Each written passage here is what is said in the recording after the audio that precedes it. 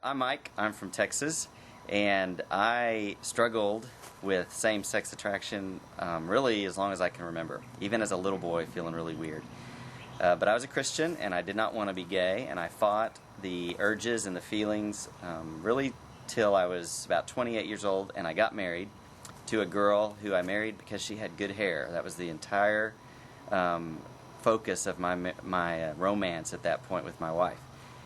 And I had avoided homosexuality for all that time, but about a year into our marriage, I got involved in AOL. I learned that there was a gay community out there. I learned there were people who said they were gay and Christian, and I really thought I could be that. So I left my wife at age 30 and walked out, said I wanted a divorce, told her I was gay, that I had always been gay, and that I would always be gay, and that there was no hope for our marriage to work. And I jumped into the life that I had avoided for so long. And for a while I had fun, and for a while it was liberating.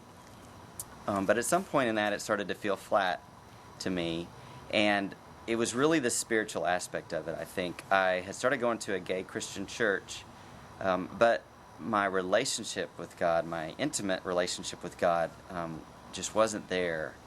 And I got frustrated, and I left that church. And I was still having fun in the gay community, but spiritually I was just tired. And I read a book that my dad forced on me. I thought it was one of those right-wing Christian fundamentalist books, and I wasn't going to read it, but I did. And that book showed me something. It didn't show me that I was sinning. It didn't condemn me. It didn't tell me I was wrong. It didn't tell me anything that I should do. But what it showed me was that as messed up as I was, as broken as I was, as disgusting as I had always thought I was in the church, that Jesus loved me, and that He loved me just where I was, and He loved me as I was. But in the recognition of that love for me, I was compelled at that moment to go home to my wife. And I did, and I didn't know what to do, and I was scared, and I fought it. But as I fought in my mind with God about whether or not I was really supposed to go home, He didn't tell me I needed to do that to be good or needed to do that to go to heaven or anything. He just repeated in my head, not audibly, in my head, in my heart, He said, I love you.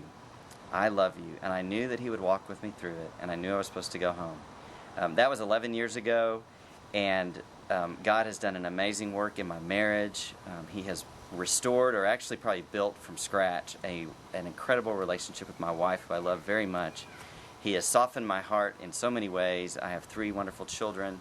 I'm involved in ministry now as a pastor and helping other married couples who are going through the same thing. And He has changed me in a much deeper and more powerful way than just changing my sexual feelings, which is what I always wanted. He's changed my heart. He's changed the desires of my heart. I do not want homosexuality anymore. I want what I have with my wife, and I want that to get better and better and better. And most of all, though, He has shown me the reality of who He is, His amazing grace, His amazing love.